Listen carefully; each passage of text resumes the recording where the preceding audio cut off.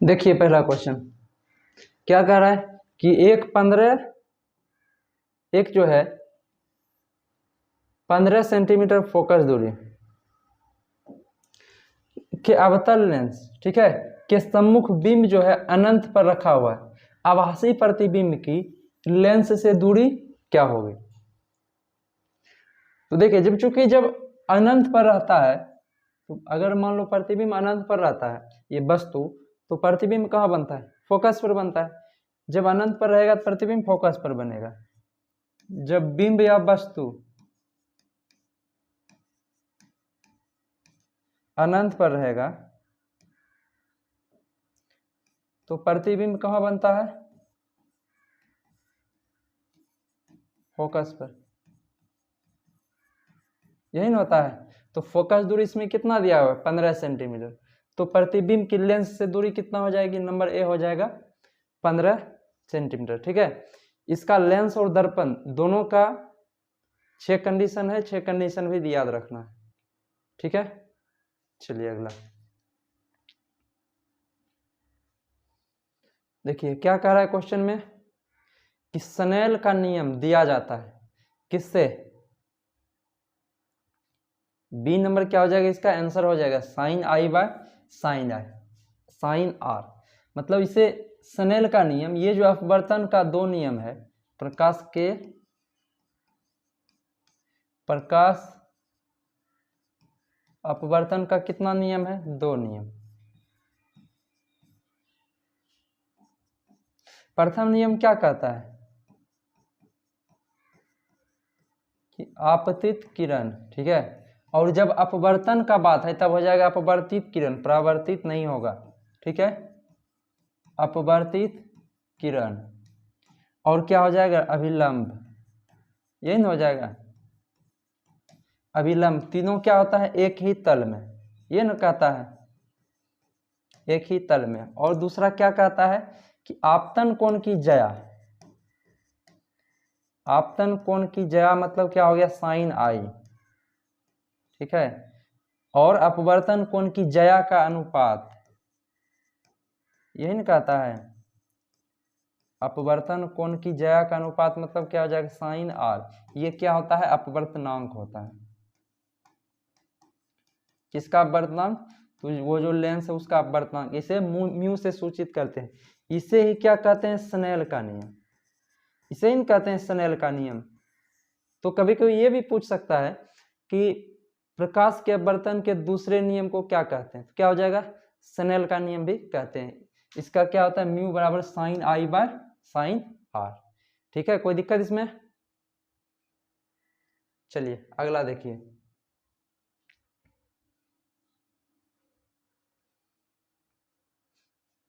क्या कह रहा है क्वेश्चन। लाल कांच को अधिक ताप पर गर्म करने पर वह दिखाई देगा। कैसा दिखाई देगा? लाल कांच को अधिक ताप पर गर्म करने पर वो हरा दिखाई देता है, ठीक है, और हरा वाला लाल दिखाई देगा। क्या हो जाएगा आंसर इसका? हरा हो जाएगा। कोई दिक्कत इसमें? चलिए अगला क्वेश्चन क्या कर रहा है, देखो ध्यान से।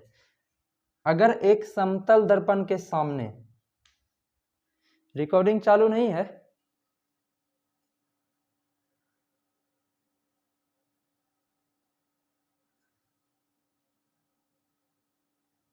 कह रहा है अगर एक समतल दर्पण के सामने अपने बाएं कान को दाएं हाथ से छुओगे तो दर्पण में कैसा दिखेगा? जल्दी बोलो, छू के बताओ।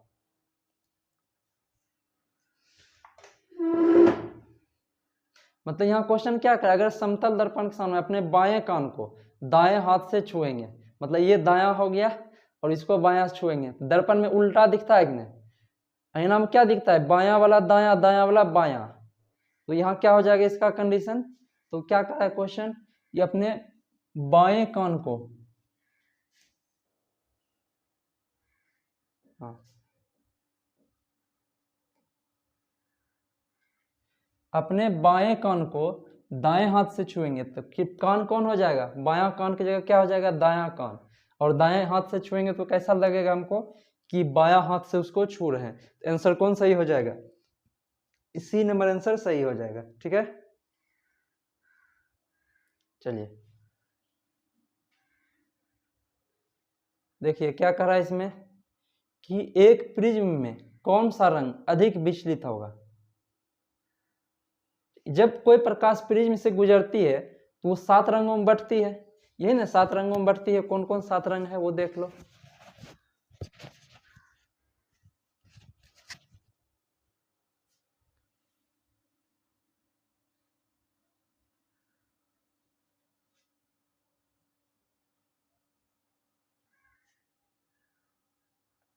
तो सबसे ऊपर कौन रहता है, लाल, उसके बाद नारंगी, फिर पीला, फिर हरा, फिर नीला, फिर जामुनी, फिर बैगनी। नीचे से याद रखेंगे तो विव और याद रखना है, ठीक है।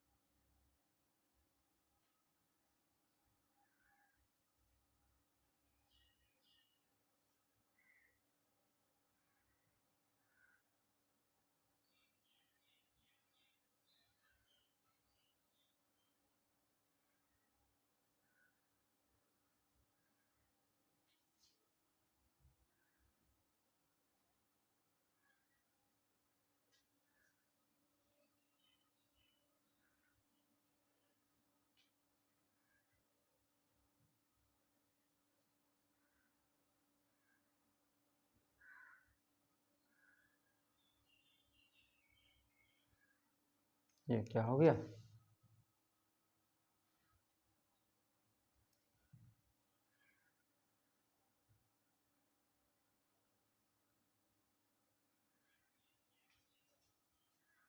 देखो दिखा क्लियर।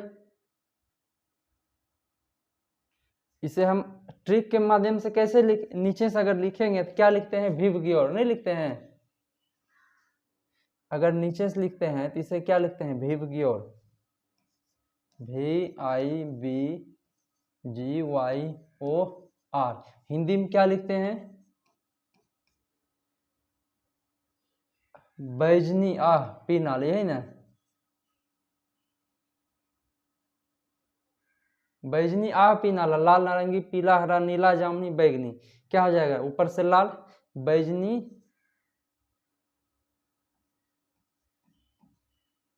बैजानी ही पीनाला होता है ना, जामुनी बैगनी हो गया, जामुनी नीला। हाँ चलो,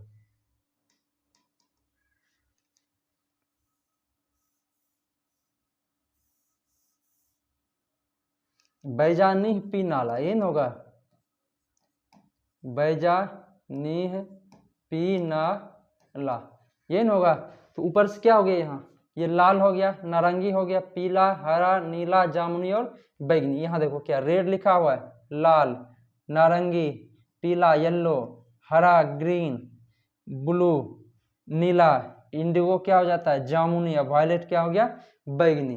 तो देखो यह क्या सबसे अधिक विचलित होना या सबसे अधिक अपवर्तनांक वही कहलाएगा, ठीक है। अपवर्तनांक मतलब क्या होता है, झुकाव या विचलित होना। अपवर्तनांक बोलो या झुकाव बोलो,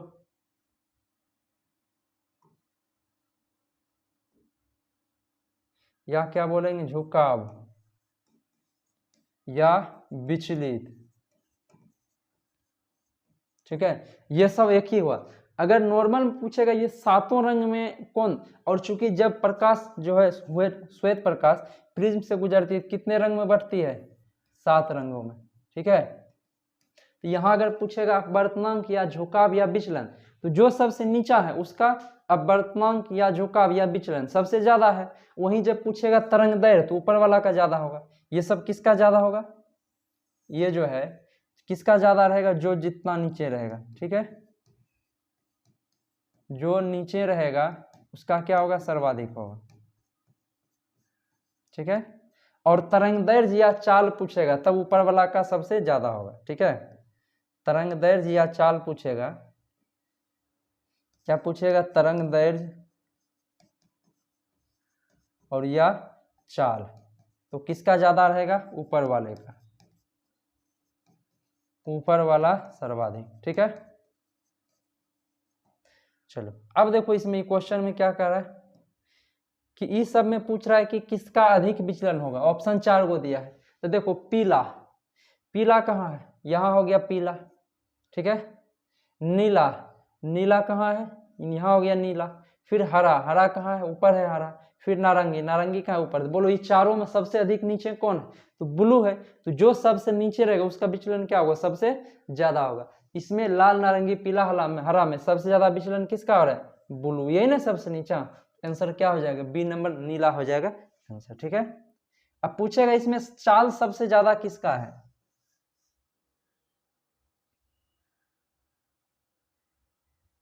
इसमें पूछेगा सबसे ज्यादा चाल किसका है, तो क्या बताएंगे, तो जो सबसे ऊपर रहेगा। तो यहाँ सबसे ऊपर कौन दिख रहा है, यही ना ऑरेंज है, लाल के बाद नारंगी है।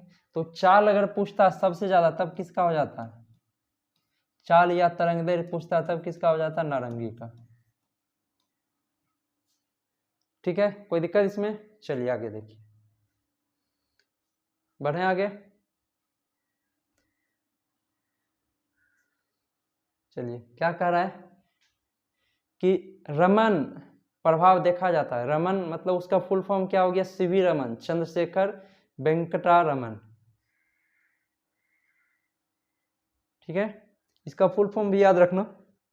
इसे भौतिकी के लिए नोबेल पुरस्कार भी मिला था कि नहीं, सीवी रमन को, ठीक है। तो सीवी रमन जो है चंद्रशेखर वेंकटराव रमन, तो इस किस प्रभाव के लिए होता है, प्रकाश की प्रकीर्णन के लिए इसका प्रभाव देखा जाता है, ठीक है। ये भारतीय वैज्ञानिक थे, समझ गए ना, भौतिकी क्षेत्र में नोबेल पुरस्कार मिला। कोई दिक्कत इसमें। 6 नंबर क्वेश्चन, चलिए देखिए 7वां।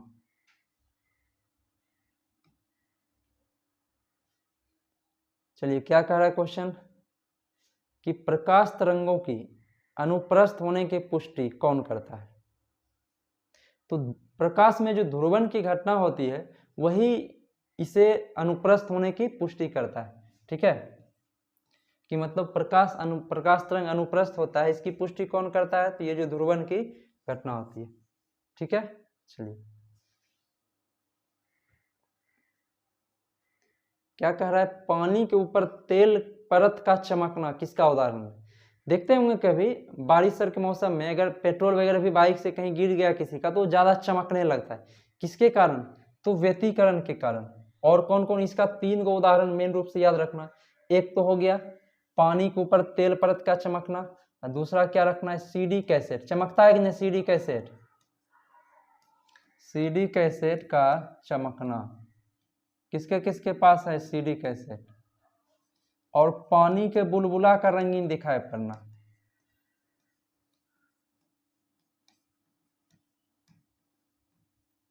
बुलबुला रंगीन दिखना।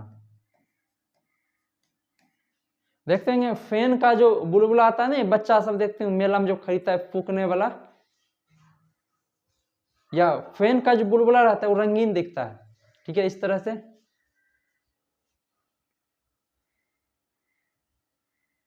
ये वाला शायद दिखाए होंगे।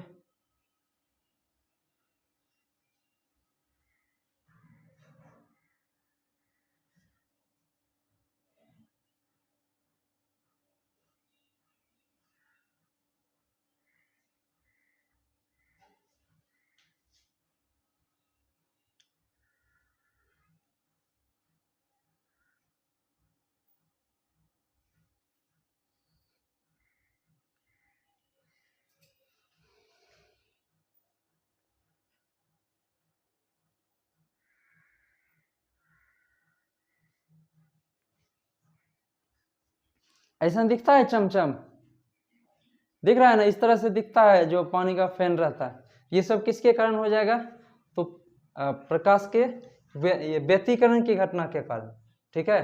चलिए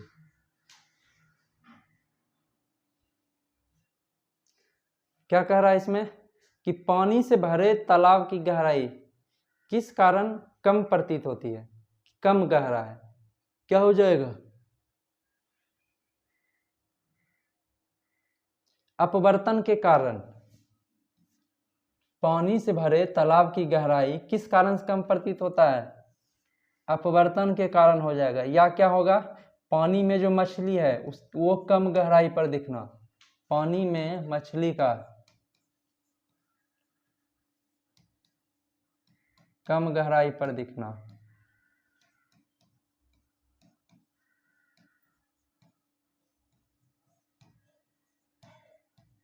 ठीक है, और क्या हो जाएगा, पानी में परखनली का या कोई भी क्षर का टेढ़ा दिखाई पड़ना। ठीक है, परखनली या कोई भी छड़ी का टेढ़ा दिखाई पड़ना, ये सब किसके कारण हो जाएगा, अपवर्तन के कारण। ठीक है, तारा का टिमटिमाना, ये सब किसके कारण होता है, अपवर्तन के कारण।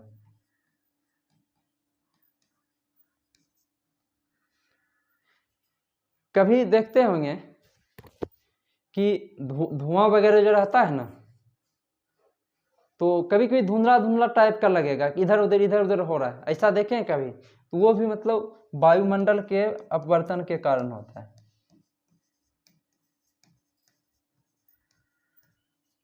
वायुमंडल अपवर्तन के कारण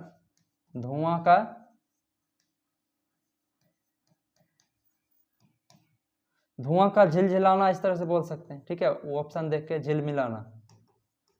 देखो एक चीज और इसमें बहुत एक क्वेश्चन बहुत इंपॉर्टेंट है जो कि प्रकीर्णन और अपवर्तन दोनों में कंफ्यूज कर देता है।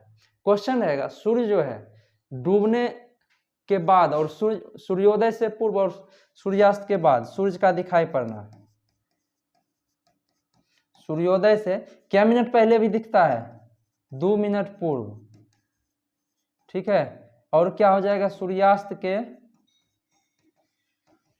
2 मिनट बाद, 2 मिनट बाद सूर्य का दिखना, सूर्य का दिखाई पड़ना। ठीक है, किसके कारण, तो अपवर्तन के कारण। लेकिन यही अगर पूछेगा सूर्यास्त और सूर्योदय के समय सूर्य का लाल दिखाई पड़ना, तब क्या होगा उसमें, फिर प्रकीर्णन के कारण। ठीक है, ये दोनों क्वेश्चन थोड़ा अच्छा से ध्यान रखना। सूर्योदय से 2 मिनट पूर्व और सूर्यास्त के 2 मिनट बाद भी सूर्य का दिखाई पड़ना किसके कारण हो जाता है, अपवर्तन के कारण। ठीक है, तो टोटल एक्स्ट्रा कितना मिनट दिखाई दिया सूर्य, तो टोटल 4 मिनट एक्स्ट्रा दिखाई दिया। कोई दिक्कत इसमें, चलिए बोलिए।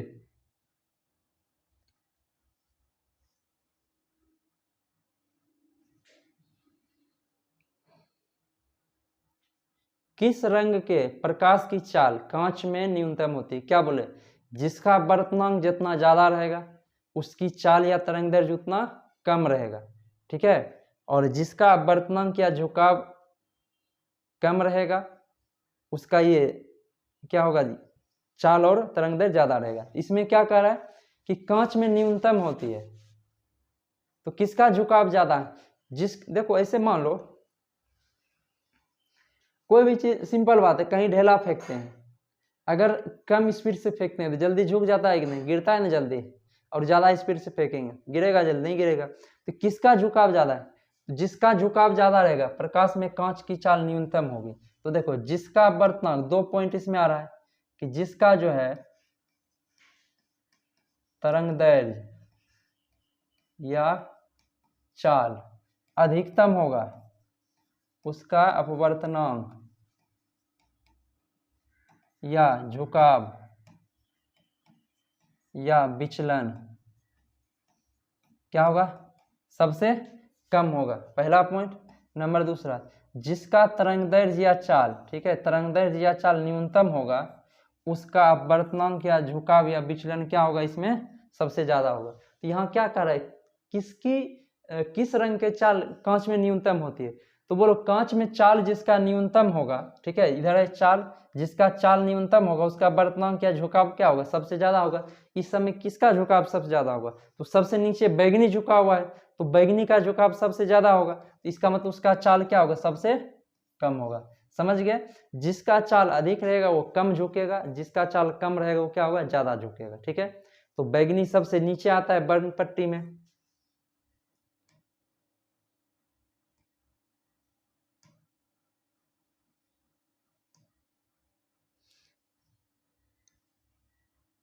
देखो यहाँ पर सबसे नीचे कौन है, बैगनी है सबसे नीचे।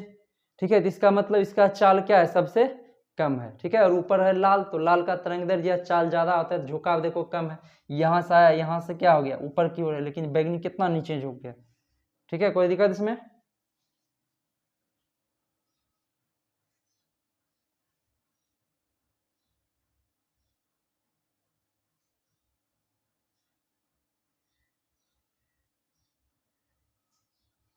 चलिए देखिए अगला क्या कह रहा है कि कांच का चटका भाग चमकीला किसके कारण दिखाई पड़ता है। मतलब चटका कांच का चमकीला, मतलब जो कांच वगैरह ना हल्का टूट जाता है, चमक जाता है जिसको बोल सकते हैं, वो ज्यादा चमकीला किसके कारण दिखाई पड़ता है, तो पूर्ण आंतरिक परावर्तन के कारण दिखाई पड़ता है, ठीक है। पूर्ण आंतरिक परावर्तन के लिए क्या शर्त होना चाहिए, प्रकाश जो है, प्रकाश कहां से कहां तक जाना चाहिए, इसके लिए क्या शर्त है, दो शर्त है ना, इसमें पढ़े होंगे, नोट में लिखा हुआ है सब। तो प्रकाश जो है सघन से कहां जाना चाहिए, विरल में, तो सघन विरल तो आप लोग समझ जाएंगे ऑप्शन देख के। नंबर 2 जो है कि इसका जो अपवर्तन कौन होता है,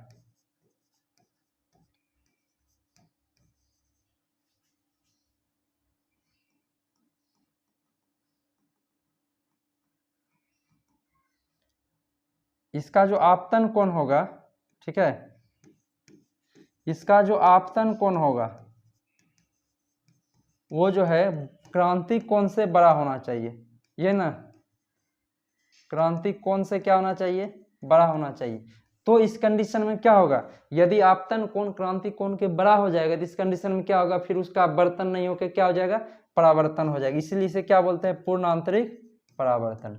और इसमें 100% लाइट का परावर्तन हो जाता है, थोड़ा सा भी अपवर्तन नहीं होगा, टोटल का क्या हो जाएगा, परावर्तन हो जाएगा। इसका और एग्जाम्पल देखे होंगे, ये सब पढ़े होंगे, हीरा का चमकना, हीरा का चमकना, ये सब किसके कारण होता है, तो पूर्ण आंतरिक परावर्तन के कारण, ठीक है। मृग मरीचिका का दिखाई पड़ना, मृग मरीचिका,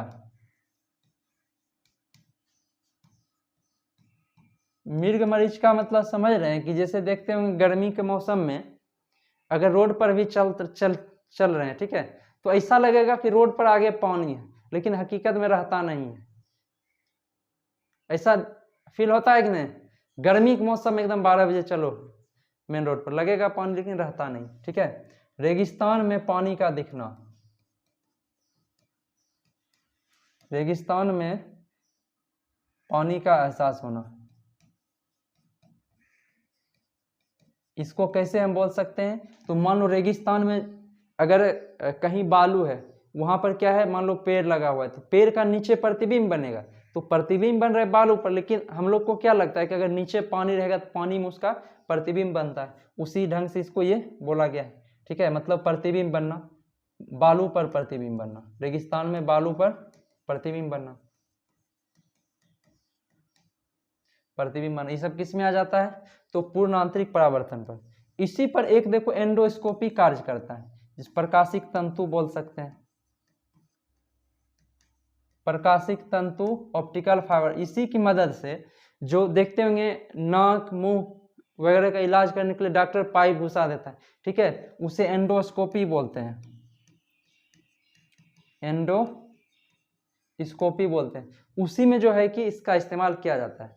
चूंकि देखिए ऐसा क्यों किया जाता है, तो हम लोग सभी जानते हैं कि प्रकाश जो है सीधी रेखा में गमन करती है, ठीक है। अब मान लो पेट में मुंह के रास्ते पाइप घुसाएगा तो क्या सीधा रहेगा, नहीं रहेगा, पाइप मुड़ेगा, तो मतलब प्रकाश को वक्रीय मार्ग पर चलाने के लिए पूर्ण आंतरिक परावर्तन का सहारा लिया जाता है, ठीक है। प्रकाश को वक्रीय मार्ग पर,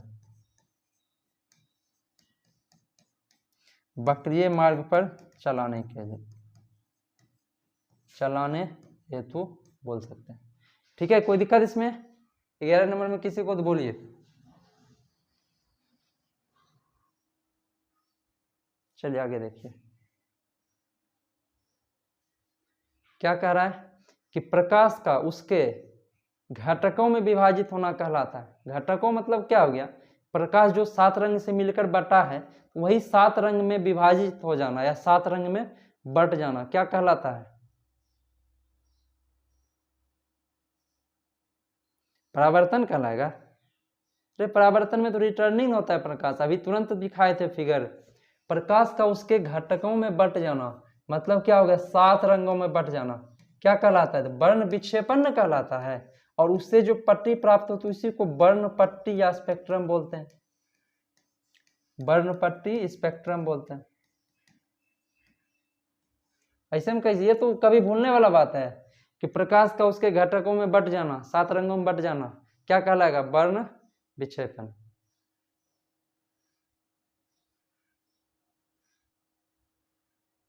ठीक है, चलिए कोई दिक्कत यहां तक?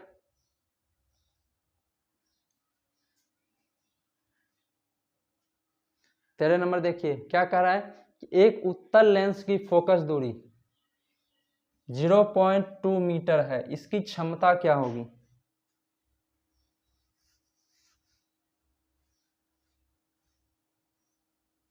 क्या हो जाएगा इसकी क्षमता? तो देखो चूंकि यहाँ क्या है, उत्तल लेंस है, तो उत्तल लेंस की जो फोकस दूरी होगी किस में होगी? प्लस में होगी। कितना मीटर है? 0.2 मीटर। और क्षमता या पावर का फॉर्मूला क्या हो जाता है? 1/f, लेकिन किस में? वही मीटर में होना चाहिए, तो मीटर में पहले से 1/0.2 है। 0 दशमलव हटा दो, ऊपर 10 चल जाएगा। अब इसको काट देंगे, कटेगा कि नहीं? 2 × 5 = 10, तो कितना हो गया? +5। और इसकी क्षमता क्या होती है? डायोप्टर। तो कौन सा आंसर सही हो जाएगा? डी नंबर आंसर सही हो जाएगा। कोई दिक्कत? चलिए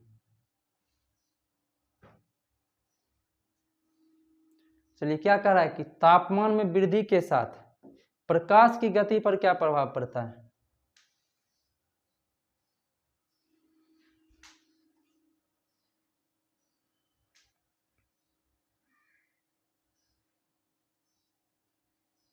आ गया सी नंबर। क्या होती है? वो अपरिवर्तित रहती है। लेकिन वहीं अगर ध्वनि का चाल पूछेगा, ठीक है,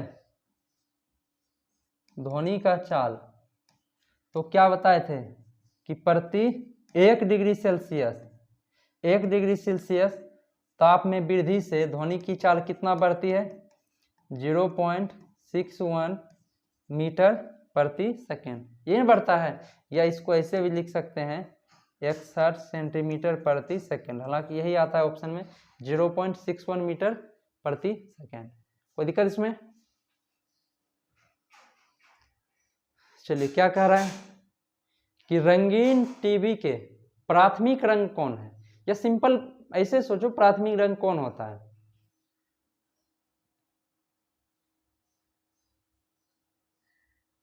तो प्राथमिक रंग क्या हुआ है? 3 गो है कि नहीं? प्राथमिक रंग 3 गो। कौन कौन होता है? लाल, हरा, नीला। लाल, हरा, नीला मतलब जिसे कि हम अन्य रंगों से मिलकर प्राप्त नहीं कर सकते, वो क्या कहलाएगा? प्राथमिक रंग। ठीक है, कौन हो जाता है? लाल, हरा, नीला मतलब रेड, ग्रीन, ब्लू। यही ना बताए थे ट्रिक याद रखने के लिए। प्राथमिक रंग RGB, रेड, ग्रीन, ब्लू। ठीक है, और प्राथमिक रंग को मिलाने से कौन सा रंग प्राप्त होता है? द्वितीयक रंग। क्या बताए थे इसको याद रखने के लिए? समय, SMY।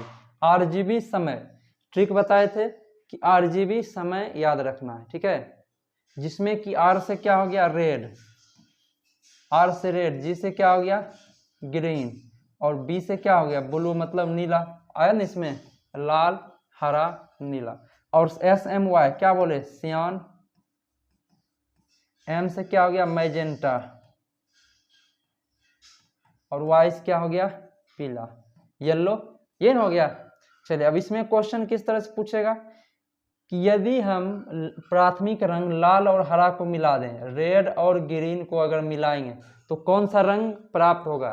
तो क्या बताए थे सबका कि नीचे वाला इस तरह से ध्यान रखना है। अगर हम लाल और ग्रीन को मिलाएंगे, R और G को, तो कौन बच गया? प्राथमिक B। तो B के नीचे कौन है? Y। इसका मतलब अगर हम रेड प्लस ग्रीन, लाल और हरा को मिलाएंगे तो कौन बच रहा है? B बच रहा है। B के नीचे क्या है? Y। तो क्या बन जाएगा? Y। मतलब लाल और हरा को मिलाते हैं तो कौन सा कलर हमको प्राप्त होगा? पीला कलर। ठीक है। चलिए अब इसी में आपको कहेगा कि लाल हरा नहीं, हम जो है कि ग्रीन और ब्लू मिलाएंगे। क्या बोलेगा? ग्रीन और ब्लू मिलाएंगे। तो चलो यहाँ देखते हैं, ग्रीन प्लस ब्लू मिलाएंगे। अगर प्राथमिक रंग से ग्रीन और ब्लू मिल गया तो कौन सा बचा प्राथमिक में? आर बचा। तो आर के सामने द्वितीयक रंग कौन सा दिख रहा है? एस दिख रहा है कि नहीं? इसका मतलब क्या बनेगा? एस। मतलब अगर हम हरा और ब्लू को मिलाते हैं तो हमको कौन सा रंग प्राप्त होगा? सियान रंग प्राप्त होगा। एस मतलब क्या हो गया? सियान। एस मतलब सियान। ऊपर में वाई मतलब समझ रहे हैं ना, येलो। वाई मतलब येलो, क्या हो गया? पीला। ठीक है। चलिए अगर कहेगा आपको कि नहीं, किसको किसको मिलाना है? आर जी को मिला दिए, जी बी को मिला दिए, इस बार क्या बोलेगा कि हम रेड मिलाएंगे और ब्लू मिलाएंगे। ठीक है, रेड और ब्लू मिलाएंगे, आर प्लस बी। ठीक है। बोलो अगर हम प्राथमिक रंग रेड और ब्लू को मिला रहे हैं, अलग रंग से कर दिए हैं, कोई दिक्कत नहीं, रेड और ब्लू को मिला रहे हैं तो हमको कौन बच रहा है? जी बच रहा है कि नहीं? तो जी के सामने देखो क्या है? द्वितीय कलर मैजेंटा एम है, तो हम आर और बी मिलाएंगे तो क्या बचेगा? मेरा एम बचेगा, मतलब मैजेंटा मिलेगा। मतलब अगर हम लाल और ब्लू को मिला देंगे तो हमको कौन सा कलर प्राप्त होगा? तब मैजेंटा प्राप्त होगा। ठीक है, ये तो हो गया कि प्राथमिक रंग से द्वितीयक रंग प्राप्त करना। ठीक है, अब इसमें और आता है श्वेत प्रकाश प्राप्त करना है। श्वेत प्रकाश, तो श्वेत प्रकाश कैसे प्राप्त होगा? तो प्राथमिक और द्वितीयक को मिला देंगे, प्राथमिक प्लस द्वितीयक, या तीनों प्राथमिक को मिला देंगे। ठीक है, या तीनों प्राथमिक को मिला देंगे। मतलब अगर हम R प्लस जी प्लस बी अगर हम मिला देते हैं तो हमको कौन सा प्राप्त होगा? प्रकाश, श्वेत प्रकाश। ठीक है, RGB मिला देंगे तो श्वेत प्रकाश प्राप्त होगा। ठीक है, अब ये देखेंगे कि प्राथमिक और द्वितीयक किसको किसको मिलाएंगे। तो देखो जो जिसके सामने है, RGB समय याद रखना है, जो जिसके सामने, देखो यहाँ R के सामने कौन है? S है। ठीक है, R है, कौन सा कलर? तो श्वेत प्रकाश कैसे बनेगा? तो ध्यान देना, प्राथमिक कलर कौन है? R, लिख दिया R, उसके सामने नीचे कौन है? सियान है, R प्लस एस। मतलब अगर प्राथमिक रंग लाल और द्वितीयक रंग सियान को मिलाएंगे तो हमको कौन सा प्रकाश प्राप्त होगा? श्वेत प्रकाश। कौन सा प्राप्त होगा? श्वेत प्रकाश। ठीक है, चलिए अब वापस अगर हम किसको मिलाएंगे, देखिए ध्यान से, अगर हम ग्रीन और में जो जिसके सामने नीचे है तब ये श्वेत होगा, लेकिन द्वितीयक का सिस्टम बता दिए थे कि ये हो गया प्राथमिक से द्वितीयक किस तरह बनाना है। ये कौन सा इधर था? प्राथमिक, प्राथमिक से क्या हम बनाए हैं? द्वितीयक। सब अपना नोट्स में लिखा हुआ है ना, प्राथमिक से द्वितीयक। ठीक है, चलिए यहाँ फिर क्या, अगर हम ग्रीन और मैजेंटा मिलाएंगे, मतलब जी और एम मिलाएंगे, तब भी हमको क्या प्राप्त होगा? श्वेत प्रकाश। ठीक है, चलिए अब उसके बाद बी प्लस वाई, मतलब ब्लू और येलो मिलाएंगे, मतलब ब्लू प्लस वाई मतलब येलो मिलाएंगे तो भी हमको क्या होगा? श्वेत प्रकाश।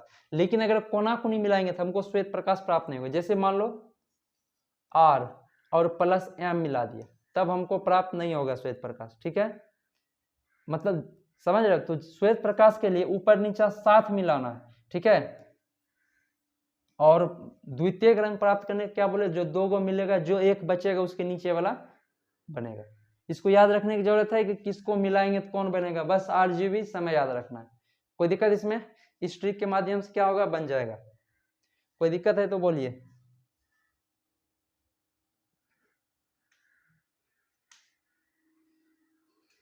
ठीक है, चलिए अगला देखिए। चलो इसका आंसर बताओ।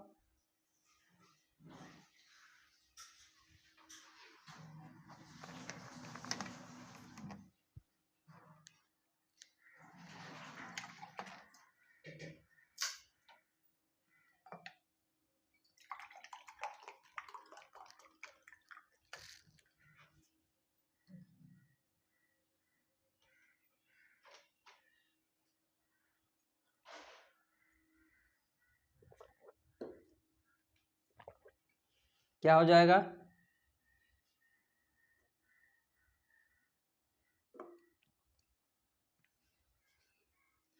ये तो अभी बताया हुआ था, सबसे कम विचलन सी का होगा। सबसे कम विचलन बोला जा रहा है कि जब श्वेत प्रकाश प्रिज्म से गुजरता है तो सबसे कम विचलन, सबसे कम झुकाव किसका होता है? लाल का होगा सबसे कम झुकाव, जो ऊपर रहेगा उसका झुकाव न कम होगा लाल का। कितने बढ़िया से समझा दिए सब। चलो ये बताओ, ये तो सबको पता है।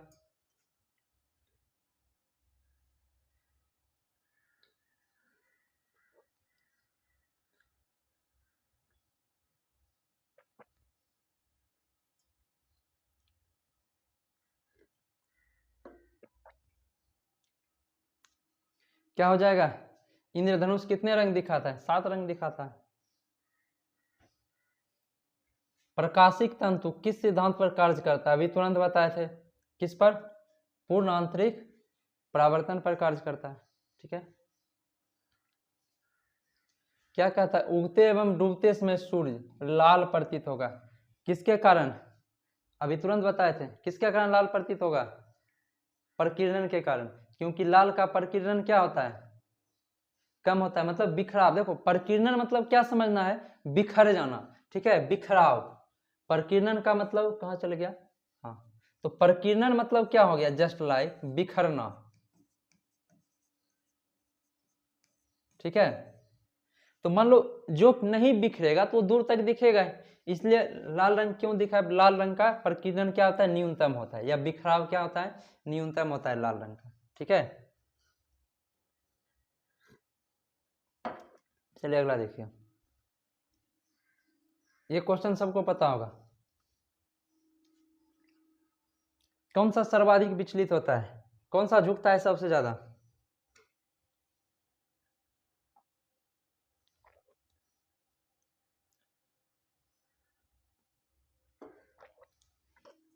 क्या हो जाएगा? C number. बैगनी का झुकाव क्या होता है? सबसे ज्यादा होता है। अब प्रकाश जो है छोटे छोटे कणों से मिलकर बना है, इसे क्या कहते हैं? ये भी याद होगा सबको। क्या कहते हैं? फोटोन कहते हैं। ठीक है, प्रकाश की चाल क्या होती है निर्वात में? प्रकाश की चाल निर्वात में क्या हो जाएगा? और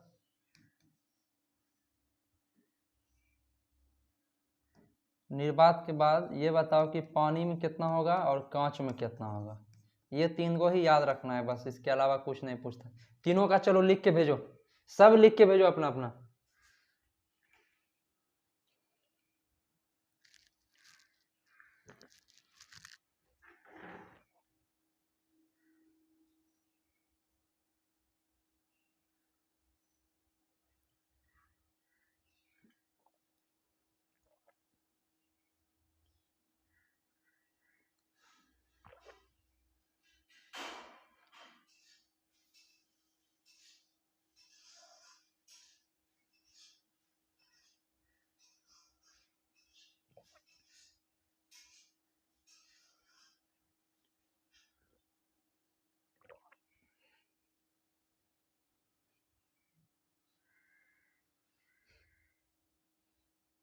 तीन गुना 10⁸ मीटर प्रति सेकेंड। ठीक है, पानी का क्या होगा?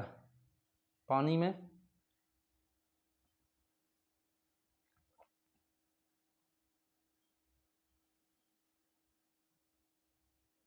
चलो निर्वात वाला सबका आ गया है, पानी वाला अगर रिवाइज किए होंगे तो जरूर याद होगा, नोट्स में लिखा हुआ है सब।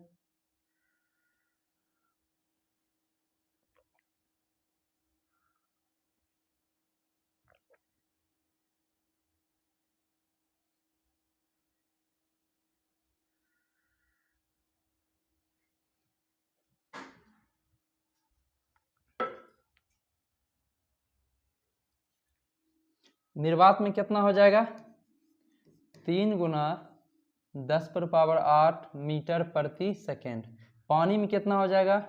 तो इससे कुछ कम होगा, 2.25 गुना 10⁸ मीटर प्रति सेकेंड में। कांच थोड़ा घना है तो उससे भी कम होगा, 2 गुना 10⁸ मीटर प्रति सेकेंड। ठीक है, अच्छा एक चीज बताओ तो, ध्वनि चाल जो होगी निर्वात में कितना होगा? ध्वनि की चाल निर्वात में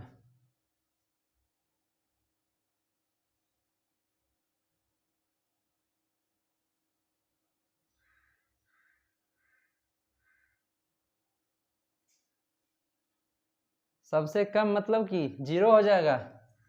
निर्वात में हम चलबे नहीं करेगा ध्वनि, सुनिए नहीं सकते हैं जहां वायुमंडल है। हाँ ठीक है, इसलिए चंद्रमा पर क्या सुन पाएंगे, नहीं सुन पाएंगे। समझ गए, कोई दिक्कत इसमें? चलिए, पूर्ण आंतरिक परावर्तन की स्थिति में प्रकाश का परावर्तन होता है कितना %? 100% एकदम, ठीक है। लेकिन क्या रहेगा ऑप्शन में? 100%। 100% परावर्तन होता है, ठीक है। चलिए, महासागर का रंग नीला किसके कारण प्रतीत होता है? ये भी सेम होगा, जल्दी बोलिए।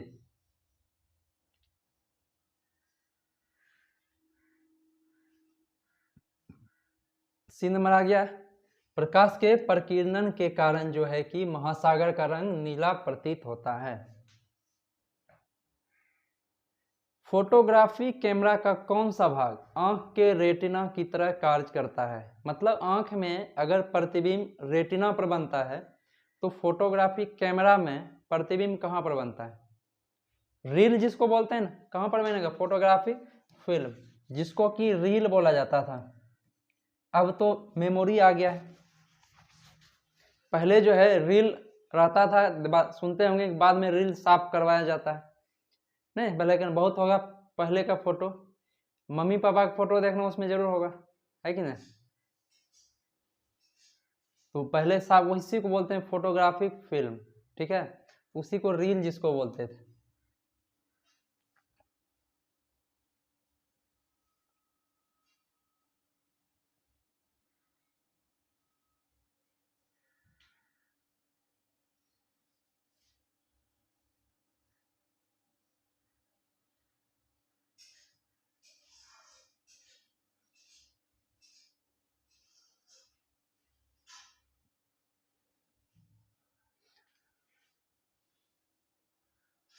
देखो, ये वाला नहीं देखे थे?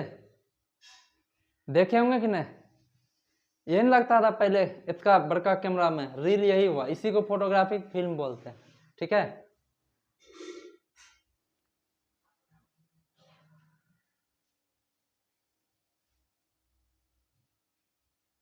चलिए आगे देखिए, क्या कह रहा है कि पूर्ण आंतरिक परावर्तन होता है जब प्रकाश किससे किस में जाएगा। तो देखो क्या बोले थे, सघन से विरल में जाना चाहिए, सघन से विरल में, तब ना क्या होगा कि अभिलंब से दूर होगा, और दूर होते होते इस कंडीशन में इतना दूर हो जाएगा कि वापस वही माध्यम में रिटर्न हो जाएगा। देखो यहाँ हीरा से कांच में, अच्छा कांच की अपेक्षा हीरा सघन है कि नहीं? सघन है, इसका मतलब ए नंबर आंसर क्या होगा, सही हो जाएगा। दूसरा देखो, जल से कांच में, बोलो जल की अपेक्षा कांच सघन है, तो ये हम क्या हो जाएगा, विरल से सघन में। क्या ये सही होगा? ये गलत होगा। कह रहा है वायु से जल में, तो बोलो जल की अपेक्षा वायु क्या है, विरल है कि नहीं? ये भी आंसर नहीं होगा। कह रहा है वायु से कांच में, तो वायु से कांच में, तो कांच की अपेक्षा वायु क्या है, विरल माध्यम, ये भी नहीं होगा। क्या होना चाहिए, सघन से विरल में जाना चाहिए। तो हीरा से कांच में, तो कांच की अपेक्षा हीरा क्या होगा, सघन है कि नहीं? तो ए नंबर आंसर क्या होगा इसका, सही हो जाएगा। कोई दिक्कत इसमें?